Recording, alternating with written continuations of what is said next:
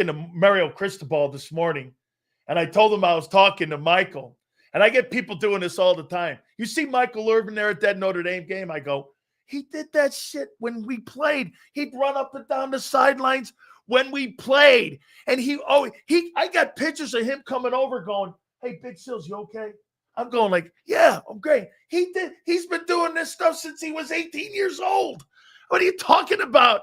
So when people are going like, hey, you see Irvin down? I go, bro, I know him at 18 doing that. Without further ado, the playmaker, the Hall of Famer, here on Eagle and Cowboy Day, on the biggest show in Philly, our friend Michael Irvin, he joins us right now. Man, you've been doing that stuff your whole life, man. My whole life. And you know what? I'm so glad you brought all that up. I didn't think about it because I get people all the time, you know, like, dude, when I played, this is how I was. I go to my guys. I look at a football team. I was working out still, you know, because you told me 3:30, and I'm thinking I'm Eastern, and then I'm Central because I just came back from Florida, and I was in the weight room. I'm like, okay, I got you. Then you text me like, log on now. I'm like, oh, now I had to jump up out that weight room. I love you, man. I love you so much. I had to jump out that weight room, but to hear you saying that, because I'm telling man, shit, that junk is so real, and that's just how I've always been.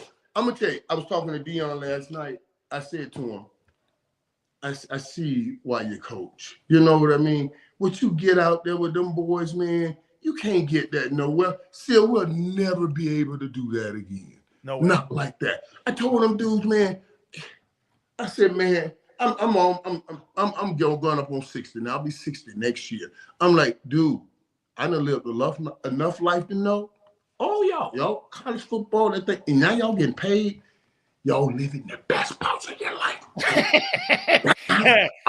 It ain't gonna get no better than this. No. It ain't gonna get no better.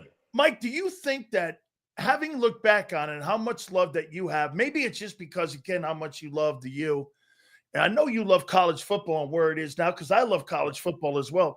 Do you think you ever really missed the boat, maybe, that you should have got into coaching?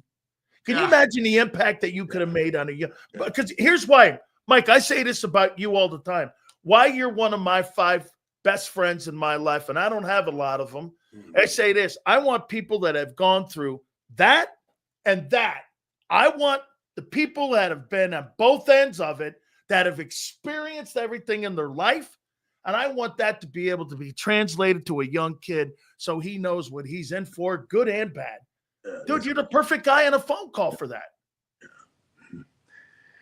Yes, yeah. I thought about this, but you know, let me tell you something. You make me think about the documentary.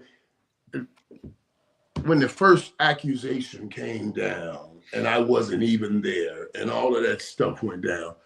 That was my coaching out the window right there. And you know, I was when this girl said that I held the gun to her head while other people raped her, and I was at a 7-Eleven with my daughter on the other side of town, and that thing went, even though I sued people, I made millions of dollars suing people, my coaching career, I felt, went out the door before I got started. Mike, you know what I told you? Even when you're bringing it up, I mean, you know what, Mike? I wish I could. Listen, you know what I told people prior to this? And I had your back then, I had your back always at UM. Yeah. When you know, and then when somebody, that thing at the Marriott, I remember posting right away. I go, I got Michael Irvin's back 1,000%. Right. I go 1,000%. You know what he did? I go, I'm gonna tell some of you guys this. Mike has a wife that I've known since college. And let me tell you, I'm not going to go deep into it because it's private conversations between me and him. But at that time, you were going through some stuff. And I went, no way. I've got his back 1,000%. I will always have your back, dude. Yeah. I will always, because I know the man you are, man. Hey, Mike, everyone's got a dent in the fender, dude. Yeah, you got me with that, because you know what? Even now, I remember having a deposition with those guys, and I said to those guys, I said, you know, you guys accused me of something, and I wasn't even there. And I said, let me tell you the difference. I said, all of you guys, all of these lawyers, because it was NBC, you know, big news people, NBC, of which one it was, And then it was the police. I'm suing them all. So they sent all these big time lawyers. They come walking in the room, boom. And I said, you see how y'all walked in today? Because we were doing this deposition meeting. What do they call those meetings where you're trying to settle a case? You know what I mean? You're trying to get to a resolution on a settlement. Yeah, right. The case, and they order mediation. Okay, mediation. Right. Got it. So they order mediation, and when it's mediation, and the mediator have you all in the room, and both people tell your side, and it's really just a way for them to look and see, like, do we want to put him on the stands or not? And I went to the store. I told him, I said, listen, I saw all these big time lawyers walk in with the briefcase and your great suits on. You walked in, you're a respectable businessman. I said, I grew up in the ghettos of Fort Lauderdale. I'm the 15th of 17 kids. I went to the University of Miami. I wanted to be you. I graduated in 3 years with my business degree. I wanted to be you. I want to walk in with a suit on and a nice briefcase and be a respectable businessman. But y'all took that from me. Yeah. Yep. And right then they were like, we want to sell right here. Really, I remember Big E. Big E was in there with me. Big E leaned over and he was like, we don't even need our lawyer. You just Hey, Mike, man. But let's get out of that. Let's talk. Let's get out. Because you took me deep. I did, man. I'm sorry, man. But still, because still, that's everything. Still going up and down that sideline, talking. I came to you because in football, you got to. It's like a business, a corporation, or you got to have leaders at every position. And I came to check with you. I came to check with all of my leaders. Everybody. Every position. JB, what we got, man? Can we get it? Charles Haley, dude, you told me y'all were giving them 20 points. They got 24. What the hell is going? You know what I'm saying? Mike, you've always got to do that. Since you were 18 years old. Got to do that. You've been That's the game. Dude, you've been that guy ever since I've known you. That's when some people were doing this. I go, that's nothing new. Who are you? You must not know this guy because I know this guy since we were teenagers here. Anyway, Mike, I got to get into the Cowboy talk here, man. Tonight it's Eagles and it's Cowboys. I mean, first and foremost, man, I'll tell you, I didn't believe Jerry would do it. I just did not believe it. But give me your takeaway on the Parsons deal. Me neither. I didn't believe Jerry would do it. And obviously that thing had gotten to a place where egos and personals got in the way. The personals and the egos got in the way. And I'm gonna say this. I think the biggest loser in it all is certainly the football team of the Dallas Cowboys. But when you take out the teams in the equation of all three of the men, you got Jerry, you got David Mugletta, and Micah Parsons. I think Micah Parsons comes in third in that because Jerry's never going to lose. No, Jerry's never going to lose. David Mugletta, he sent you on the New Deal money, $47 million to Green Bay to send out the message to everybody. Look, I raised the number from 42 to 47, but the reality is, that deal is really a 5-year, $42 million a year deal because they had to add on that last year. But it sounds good. So for him, great business. For Michael Parsons, you made a lot of money, but you're going to make a lot of money anyway. Let's just get that out the way. No matter where you played, and certainly if you played here, you're going to make a lot of money. But Michael Parsons also wanted a relationship with an owner. He wanted afterlife and broadcasting. And I think all of that was damaged severely once he left the Cowboys. You had $100, $200 million podcast gone. So I'm just saying, I was shocked. Yes, I was shocked that it happened. I know how much it hurts Jared. I know how much it hurts Micah. And I thought it was a crazy deal. How about this, Mike? Every single one of you dudes that were the triplets and all the guys that were on that team, even Daryl Johnston went into broadcasting. They're doing it. And every single one of you, because of that brand. And I told people this, If you've ever been to Green Bay, and I've played a few ball games up there, you got to fly into Appleton. You got to take a bus. This ain't Dallas walking into Valley Ranch, dog. Oh, my God. This is a You're going to live world. here the rest of your life. His family's here. They're the biggest. His family's here. So if I tell my agent, and it's just me, Dan, if I tell my agent, listen, I want to play in Dallas, so get me then if I'm out of Dallas, you didn't do your job. My number, I'm going to make the money. Dallas had 41 on the table. He basically got 42. And you're in Green Bay. Everybody wants to get at Jerry. I can't say that hard enough. You're in Green Bay. You're not going to live the rest of your life in Green Bay. So, it's just. No, you're not. You're just not. It's just not going to happen there. All right. I said this, Michael, and you tell me if you agree. Let me tell you what worries me about tonight, though. Let me tell you what worries. Here's where I'm going with this. Go. I'm going to get on. Okay. I think tonight's game, that move is either going to galvanize or demoralize. Right. I think you go into a game tonight. I think if they make it close early, it's going to galvanize. If this thing gets ugly early, I think it's going to demoralize. Am I wrong?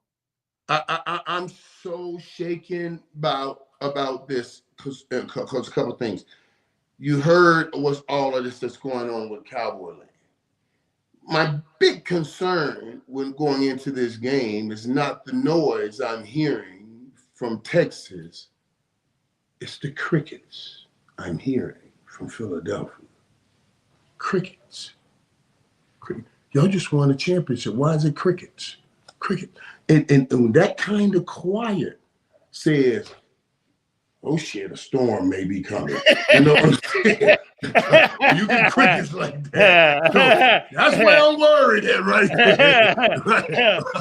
Oh, wait. Are you got that Michael Irvin premonition that this thing could be ugly tonight? Boy, oh boy. Now, I'm just saying. Hey, what will stop it now, what can stop it and prevent it, and I'm hoping it does happen, and all the possibility of it happening. The two things I said.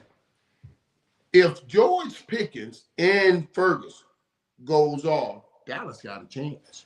If George Pickens get 2 or 3 of them things up the field, those 50-50 balls that we can turn into greater opportunities because it's George Pickens, Dallas got a chance. Ferguson has to have a big game. You're going to try to take CeeDee Lamb out. If Dallas wins this, Dak Prescott has to play like the MVP. You see what I mean? And the second thing I'll say, we can get something to right now that will link back to the Michael Parsons trade. Everybody's saying you won't find out, or we won't find out who is the winner of that trade for years and years. That's a lie. You can find out tonight if Kenny Clark comes in here and this team all of a sudden shuts down to 25 plus 100 yards to Saquon Barkley got, and from somewhere osmosis, whatever they got, and they know how to stop the run, and you win a game, you'll wake up tomorrow saying, damn, that was great they got rid of Michael Parsons. Did you see how well that thing worked? You see what I'm saying? Yeah. Dallas won, and they got 2 first picks coming. So yeah, but I just don't see how likely that is to happen. I got 2 questions here for you. 2 more here. First and foremost, Jalen Hurts. Mike, tell me in your eyes, why is there such a conflict in trying to figure out who he is? Because this is we are paid. People in here don't understand. NFL players are paid on accomplishments. You people call them stats. I call a guy who gets 1,400 yards and 100 catches. Those are accomplishments. You're paid on those accomplishments. And when you don't see big numbers, but yet you see the winning, he's caught in between, it seems. How do you see him? It is what the old Proverbs would tell you. He who goes up front takes the brunt of the win. There have been many trying to crack it, but he did. There have been many. What I mean by that, many of these run-first quarterbacks trying to crack the code to win a Super Bowl, but never happened. Yeah, and they changed the quarterback. They said you'll never win with a running quarterback, so you got to learn to stand in the pocket. You got to learn to stand in the pocket. They're telling you got to use less of you. Don't use all of your talents. Just stand back there like a stiff one, and you can. You can win running with a. I'm not saying he's a running quarterback. He's a quarterback that can run. They're all quarterbacks. Yeah. You know what I'm saying. He's probably one of the best, Mike, that can throw the ball and run. Right. But they don't see it because his title came as a running quarterback, learning to throw, not a throwing quarterback that can really run. Patrick Mahomes is a throwing quarterback that can move and can run. Lamar Jackson came in as a running quarterback, learning to throw. They thought that two-time MVP would be the first one to cross that threshold and say we're champions, but it was Jalen Hurts, because it's not just what you do individually, it's also how you lead. And that's the thing that he's had over everybody. And that's the thing that is messing with everybody's head. They can't see it. They can't see it.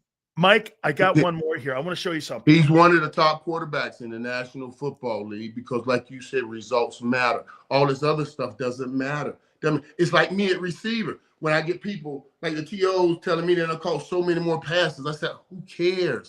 You never won a Super Bowl. You see what I'm saying? Who cares? Yeah. Don't tell me you'll call 2 more touchdowns or 5 more passes.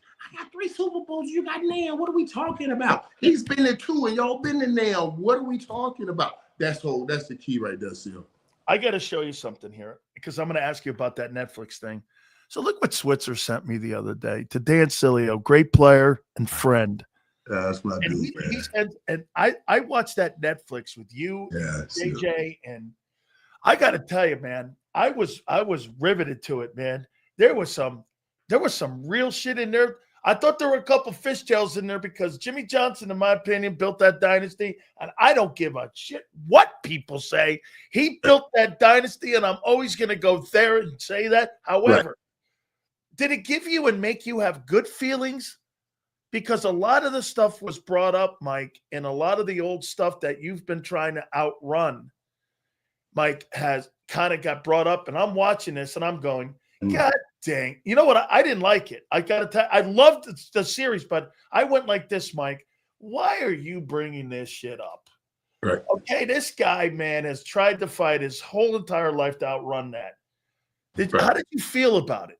But still, it's time. It was cool. It was okay. Time. I've had so many people offer me so much money to write a book, and I said, well, I'm still writing chapters. You know. But the reality is here right now, where we are right now, it's time to let it all come and bring it all back out. And now because I'm in a different place, and since I can't be in that front spot, like I talked about when I got emotional with Dion coaching and all of that, because of this mess, then go ahead and bring it out and let me use the mess as the badge so I can go and get the rest of the kids that are in mess. And I just say, hey, listen, you saw that documentary.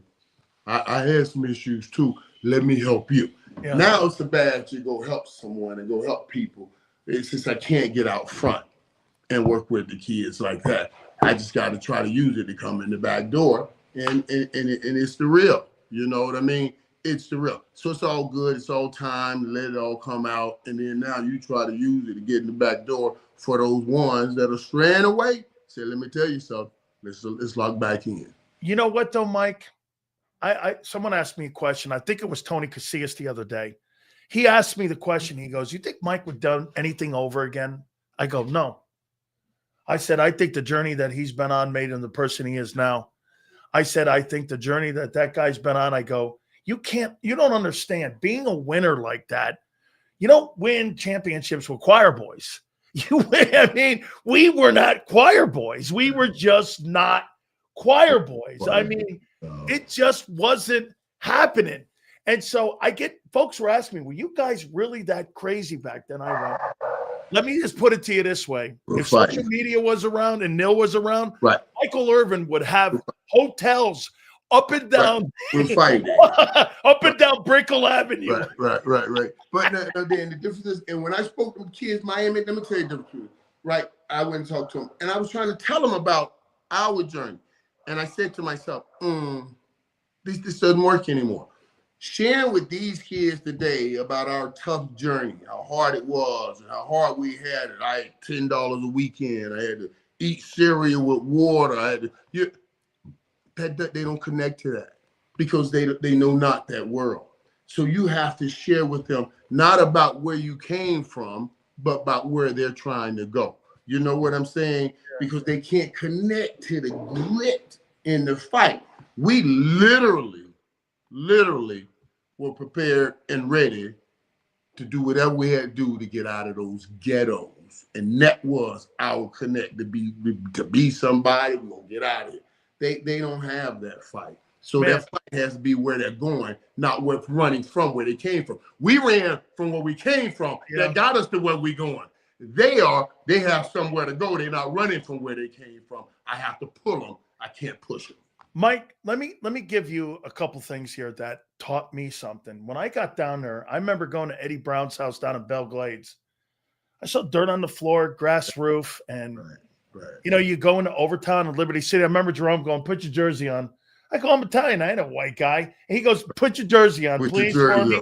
Okay, that's gonna protect yourself. That's that automatic pass right there. That's that automatic They're gonna pass. love you. They're gonna love you, but I want you to do okay because we're gonna go. And so Jerome took me to all these places, and I got to tell you, Mike, the journey.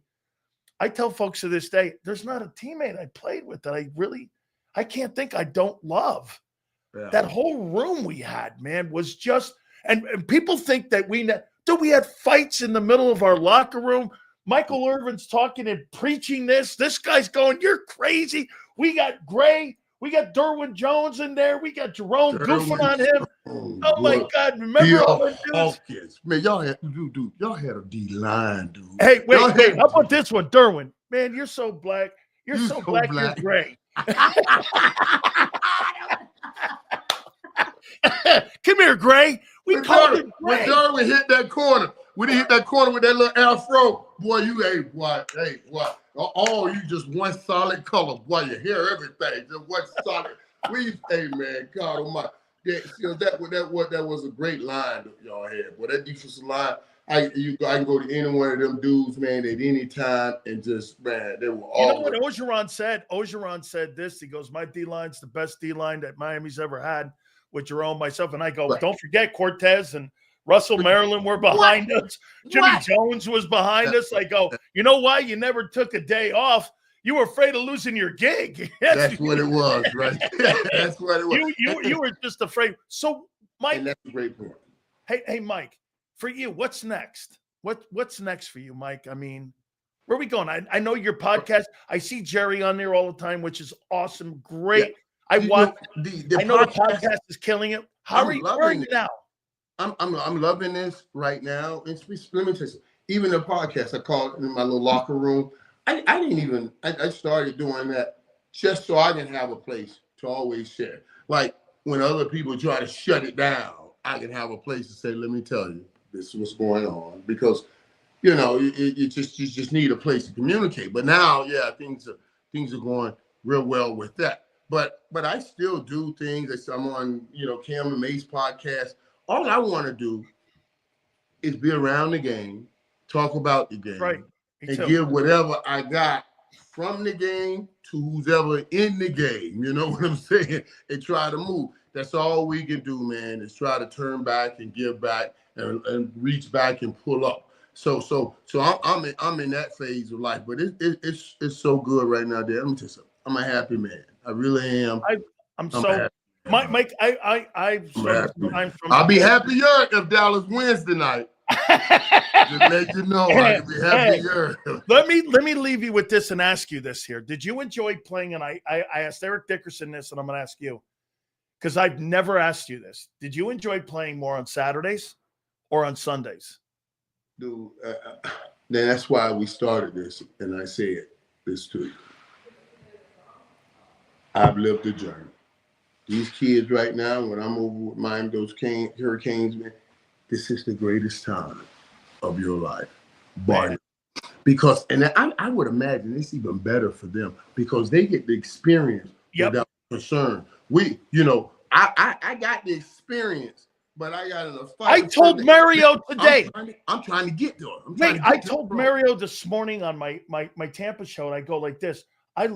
Can you imagine walking off the sidelines and there's Michael Irvin's freaking face looking at me, giving me high fives? I go, My God, you don't remember all those players that used to be on our sidelines, the Jim Burts and all those guys that would come and watch us and give us high fives? Oh, we had that train going at one time.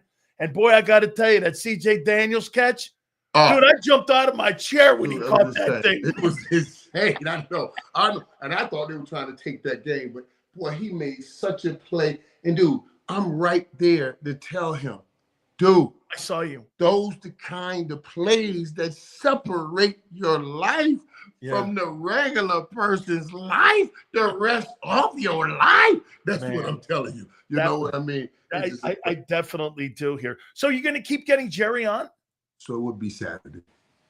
What? Those were the best days. Saturday. Saturday? Saturday was the best days. Saturday, no doubt. Because we were all fighting to get somewhere. Sundays, everybody's in a different place. Everybody's making money. I watch what you're doing right now. You remember? This is all because how you done worked your business. All that's because Jimmy brought us in every Thursday night. Oh, every Thursday night. I owe him my life. What are y'all doing? What are you going to be doing after football? You're going to be doing something. What are we doing? We'll talk about it right now. And Jimmy didn't do that for us. Nope. You know what I mean? Look at I owe him my life. Right. Me too. I tell him that. All the people that were in that room and look at the success they're having still, all of that was because that's Mitch Richmond. That's Mitch Richmond calling. That's only an NBA Hall of Famer right there. When he got a hoop game going? Right. That's big. Mitch, I'm on the phone with I'm on a Zoom with Dan. Let me hit you right back. Hey man, I love you to death. All right, everybody. All right. Hey, I love you too, D. Bro, I do, man. You're I told my wife this. I go, I don't have like a lot of friends because it's just what it is. You can't really trust a ton of people. But boy, I'll tell you what, man, I've known you for a long time. We go back, again, we were 18 years old when we met each other. It's freaking crazy. We're 60 years old, Mike. We're 60 years old. We know each other this long. Stupid great. Hey, my boy, I know you got to go, but listen, my boy told me he wanted this, man, I'm going to do the biggest 60th birthday party in the world this year, boy. I'm going to throw the biggest. I said, Joker. I said, what? I said, stop. I said, yeah. I said, listen. I said, I got my black ass in this weight room. I'm working hard. I'm dyeing my hair. I'm trying to look young. You think I'm finna let you shout to the world? He's turning 60. I said, we ain't doing no party. If you have a 60th birthday, I'm going to be there because I'm going to be right next to you. No party. We ain't telling the world. We ain't telling the world I'm turning 60. Mike, thank you so much, man. I appreciate you finding the time for me. I love you so much, man. And God bless you, brother. We'll be down the line. I'll talk to you soon, man. All right, man. Take care of those guys in Philadelphia, man. I'm telling y'all, I'm a little worried about the Crickets coming out of Philly, because that may mean that they're just focused on repeating. That's scary. That's scary. I'm telling you. I got you. Mike, I love you, man. We'll talk to you down the line. All right, brother. The great Michael Irvin, man. Damn, I love that man so much. Absolutely. He's worried about you. He's worried about you. Okay. He says you're being too quiet. Huh. Okay. Oh my God.